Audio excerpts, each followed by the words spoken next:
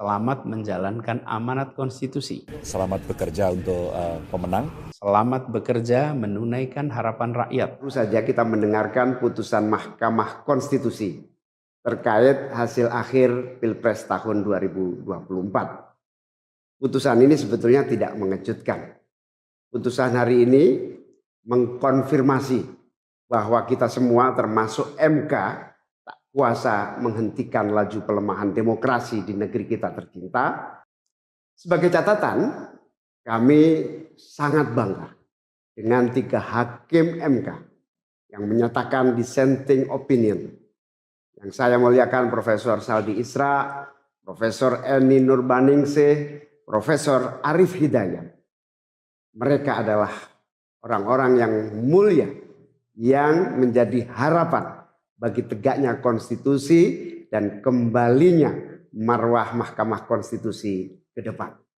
Dan mereka akan menjadi catatan indah dan baik dalam sejarah kita berbangsa dan bernegara. Profesor Saldi Isra tadi mengingatkan tentang keadilan substansial, bukan sekedar keadilan prosedural. Ini adalah catatan amat penting yang sayangnya terabaikan dalam proses demokrasi kita akhir-akhir ini. Artinya kita memiliki tugas yang masih panjang. Sebab demokrasi kita sesungguhnya masih ringkih dan harus terus-menerus dijaga dan dirawat. Namun kami masih menerima dan kita semua menghormati keputusan Mahkamah Konstitusi ini sebagai keputusan yang final dan mengikat. Saudara-saudara sekalian, perlu usaha kita semua untuk terus-menerus memperkuat demokrasi. Perlu sensitivitas kita semua untuk terus-menerus menjaga agar amanat reformasi tidak tergerus walaupun proses penggerusannya berjalan pelan-pelan, sedikit-sedikit yang seringkali membuat kita terlena. Kita semua sadar, kita masih harus kerja keras, harus kerja terus-menerus untuk menyadarkan publik luas bahwa institusi demokrasi yang kuat, yang berfungsi baik, itu sama pentingnya dengan institusi ekonomi yang kuat, yang berfungsi dengan baik. Keduanya, proses demokrasi, proses ekonomi harus berjalan dengan baik, dengan efisien, efektif, dan menggunakan prinsip-prinsip yang benar.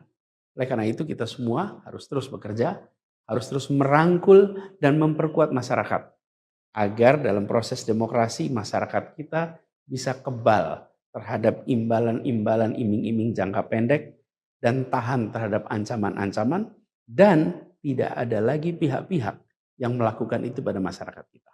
Saudara-saudara, atas alasan ini semua kami akan terus berkomitmen terhadap gerakan perubahan dengan cita-cita jangka panjang, memperkuat pilar-pilar demokrasi, serta menghadirkan keadilan dan kemakmuran bagi semua dalam kesempatan apapun yang bisa kita raih di masa yang akan datang. Cita-cita kita untuk membangun negara yang menjamin keleluasaan berbicara dan kebebasan mengkritik. Negara di mana warganya bebas memilih tanpa iming-iming imbalan sesaat dan tekanan maupun ancaman. Ini tidak akan berhenti. Kita harus terus berjuang bersama-sama. Namun saudara-saudara, kepada seluruh para pendukung yang telah menitipkan aspirasi perubahan kepada kami sebagai capres dan cawapres, kami harus sampaikan. Disinilah ujung perjuangan konstitusional kita dalam Pilpres kali ini. Keputusan MK hari ini menjadi penanda berakhirnya Pilpres tahun 2024. Keputusan MK hari ini menjadi penanda berakhirnya seluruh proses Pilpres 2024. Saudara sekalian, salah satu prinsip demokrasi yang baik adalah peaceful transition of power.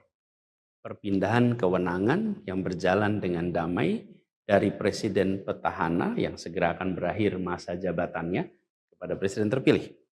Dengan segala catatan tentang problematiknya proses Pilpres 2024 kali ini, kami berkomitmen untuk menjaga prinsip peaceful transition of power itu. Dan kami memilih untuk menjadi bagian yang terus menjaga terus membangun mutu demokrasi di Indonesia. Oleh karena itu, pada hari ini kami menyatakan bahwa bagi kami proses Pilpres 2024 telah terlewati seluruh fasenya. Kami sampaikan kepada Pak Prabowo dan Pak Gibran, selamat menjalankan amanat konstitusi, selamat bekerja menunaikan harapan rakyat yang kini diembankan di atas pundak bapak-bapak berdua. Saya sempat berkali-kali ditanya pendapat pribadi tentang Pak Prabowo. Dan saya jawab, beliau adalah seorang patriot. Hari ini saya terus mempercayai sebagai seorang patriot. Beliau adalah seorang yang telah mengalami pendidikan modern sejak usia belia dan berasal dari keluarga intelektual yang amat terpandang. Maka Pak Prabowo tentu paham bahwa dalam demokrasi yang baik, menerima keberadaan oposisi sebagai partner dalam bernegara, menjaga keseimbangan dan independensi 3 cabang kekuasaan, yaitu eksekutif, legislatif, yudikatif. Lalu menjamin kebebasan media sebagai pilar keempat demokrasi, serta yang tidak kalah penting adalah menjaga kebebasan rakyat di dalam bersuara, di dalam mengungkapkan pendapat, di dalam berserikat berkumpul dalam sebuah proses demokrasi. Dan sebagai seorang patriot terdidik, saya percaya Pak Prabowo akan mengembalikan dan akan menjaga nilai-nilai demokrasi ini di masa-masa Indonesia ke depan.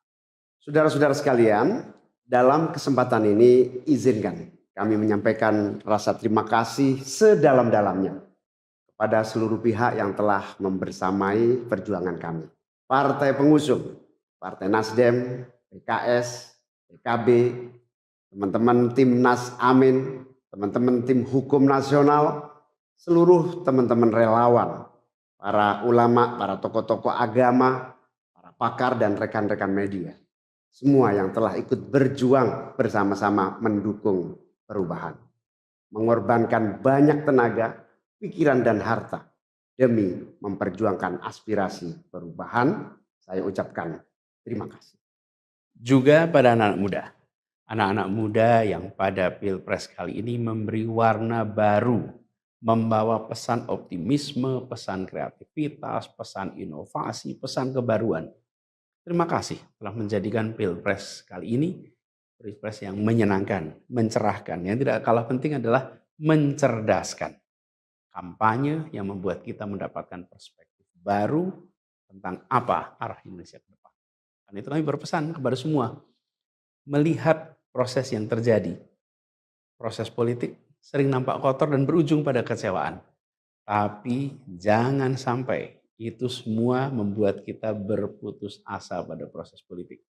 Begitu banyak cita-cita besar yang dapat diperjuangkan melalui jalan politik. Bila saat ini kondisinya masih begitu mengecewakan, justru ini adalah tanda, ini adalah pengingat bahwa perlu semakin banyak dari kita semua yang mau berjuang di jalan politik. Ini adalah panggilan mereka-mereka yang berintegritas, yang menjunjung tinggi etika, yang memikirkan tentang masyarakat, tentang negara, tentang rakyat, untuk mau masuk di wilayah politik. Bawa kompetensinya, bawa integritasnya, dorong, jangan menyerah, dan jangan putus asa. Jalan perjuangan masih terbentang panjang. Sepanjang usia Republik ini masih terbentang jalan pengabdian untuk melakukan perubahan bagi keadilan, bagi kesejahteraan, bagi kemakmuran kita semua. Dan itu dibutuhkan kemauan untuk mau terlibat di dalam proses politik. Jangan putus asa, mari kita jalan terus untuk perjuangan ini. Teman-teman semua, marilah kita lanjutkan perjuangan. Mengubah yang memang perlu diubah. Melanjutkan perjuangan untuk memperbaiki apa yang memang perlu diperbaiki. Dalam berbagai kesempatan dan ruang yang tersedia di masa yang akan datang.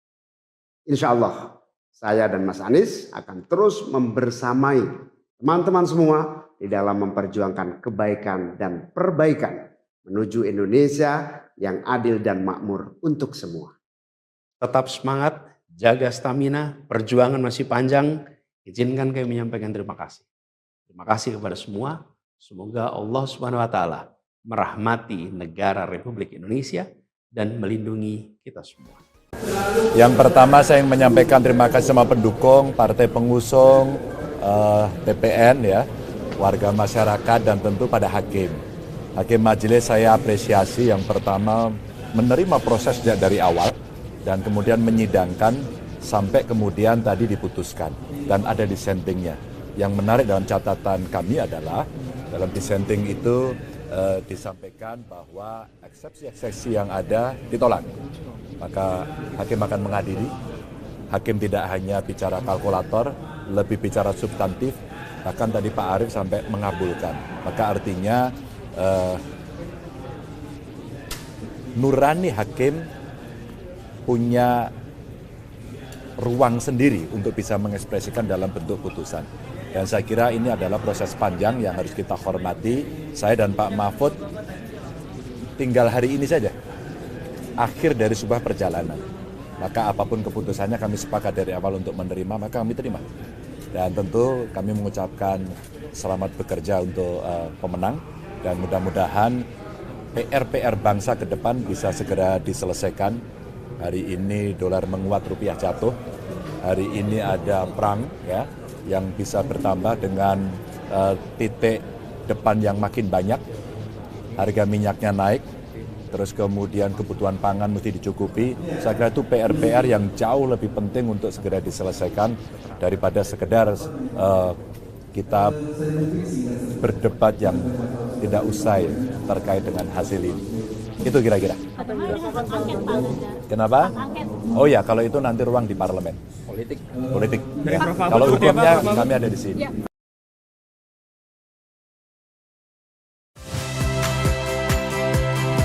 Saya Rahmat Ibrahim. Saksikan program-program Kompas TV melalui siaran digital, pay TV, dan media streaming lainnya. Kompas TV, independen, terpercaya.